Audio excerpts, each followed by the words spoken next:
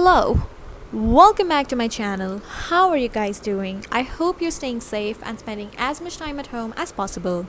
I have decided to start a K-drama review series where we talk about different K-dramas that I've watched in detail. We'll talk about the plot, what the drama did well, what it didn't do well, the characters, etc. And yes, there will be a few spoilers, so beware of that. Now, without any further ado, let's get started. The drama of the week is Welcome to Waikiki. This drama is about three friends who run a guest house named Waikiki in Itaewon, Seoul. Things are not going well for them, and the guest house is not attracting any customers and is on verge of bankruptcy. And the story begins when a mysterious baby and a single mother appear at the guest house. That is a very short synopsis of the drama. Our main characters are Donggu, a pessimistic and serious kind of guy who also dreams of becoming a movie director, Junki, who wishes to be a big actor like his father but is stuck in minor roles that don't have much to offer, and Dushik, who came to Seoul to become a scenario writer. This group of people is pretty tight.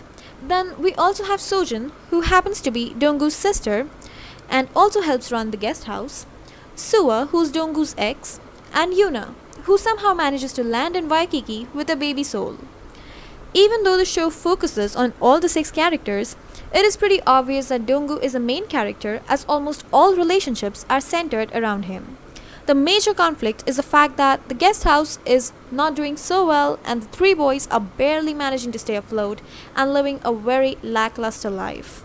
And obviously, the ultimate goal is for these three people to save the guest house and live their lives on their own terms, doing the things they love. When I started watching this drama, honestly, I just wanted it to be feel good. I wanted to see a drama that easily sucked me in and hopefully make me laugh once or twice. The show did a pretty good job of creating six different personalities, with Donggu being cynical, Junki being the funny guy who always ends up making a mess or unknowingly getting in a bad situation, Dushik being the quiet one who doesn't normally say no to anything, Sua being the loud one who isn't afraid of putting her opinions even if she's terribly wrong, Yuna being a timid girl who never does a job right, and Sojin the mature one out of the group who is also a pretty straightforward person. And while this show definitely has a wonderful cinematography, managed to make me laugh and even made me feel good for the first half of the show, unfortunately, I ended up not finishing this drama, and here's why.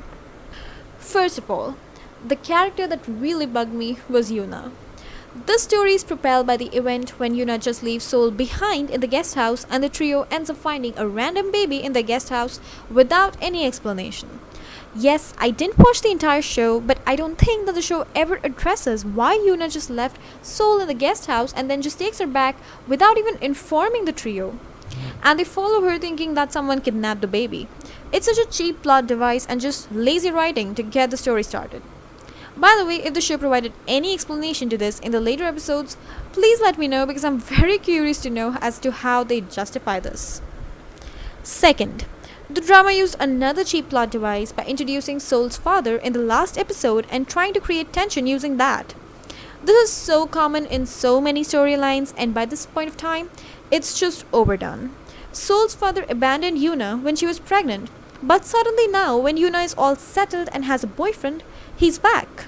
He's all of a sudden realized that the woman and the baby who was completely undesirable to him before this point of time has now become his number one priority. And why exactly he had this change of heart is obviously never explained. Third, I don't know how many of you noticed, but almost until half of the drama, Dushik has nothing to offer to the viewers. He has no role to play, has no job, no goals, nada. He's just always taking care of Seoul and assisting other characters to grow. We don't see anything going on in his life until the girl named Cherry shows up. Fourth, Sojin and Junki's relationship. Initially, the two disliked each other and bickered every time they opened their mouths to talk to each other. And then all of a sudden, one day, Sojin starts liking Junki because he helped her. Their relationship stems so abruptly and it's not at all organic. Fifth, Dushik and Sua have no chemistry whatsoever. Honestly, both these characters don't have a lot to offer to the story and they don't seem to play a very important role in other characters' lives. Their characters are so detached from others, and a lot of times I just found myself questioning why they're even there. Honestly, I think Dushik was better off with Cherry. Sixth, when Donggu initially realized he had feelings for Yuna and she said no, he didn't take no for an answer.